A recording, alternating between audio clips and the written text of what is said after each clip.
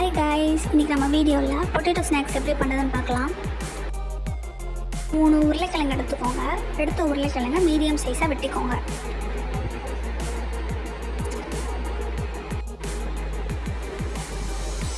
நம்ம நறுக்கி வச்சுருக்க உருளைக்கிழங்க நல்லா தண்ணியில் போட்டு வேக வச்சுக்கணும்.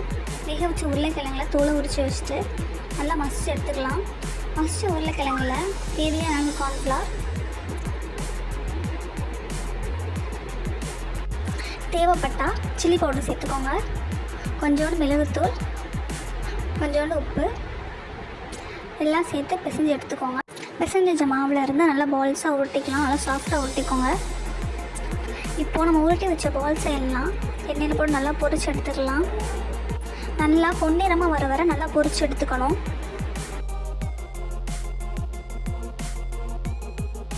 நம்மளோட ஈவினிங் பொட்டேட்டோ ஸ்நாக்ஸ் ரெடி. பிடிச்சிருந்துச்சுன்னா லைக் பண்ணுங்கள், சப்ஸ்கிரைப் பண்ணுங்கள்.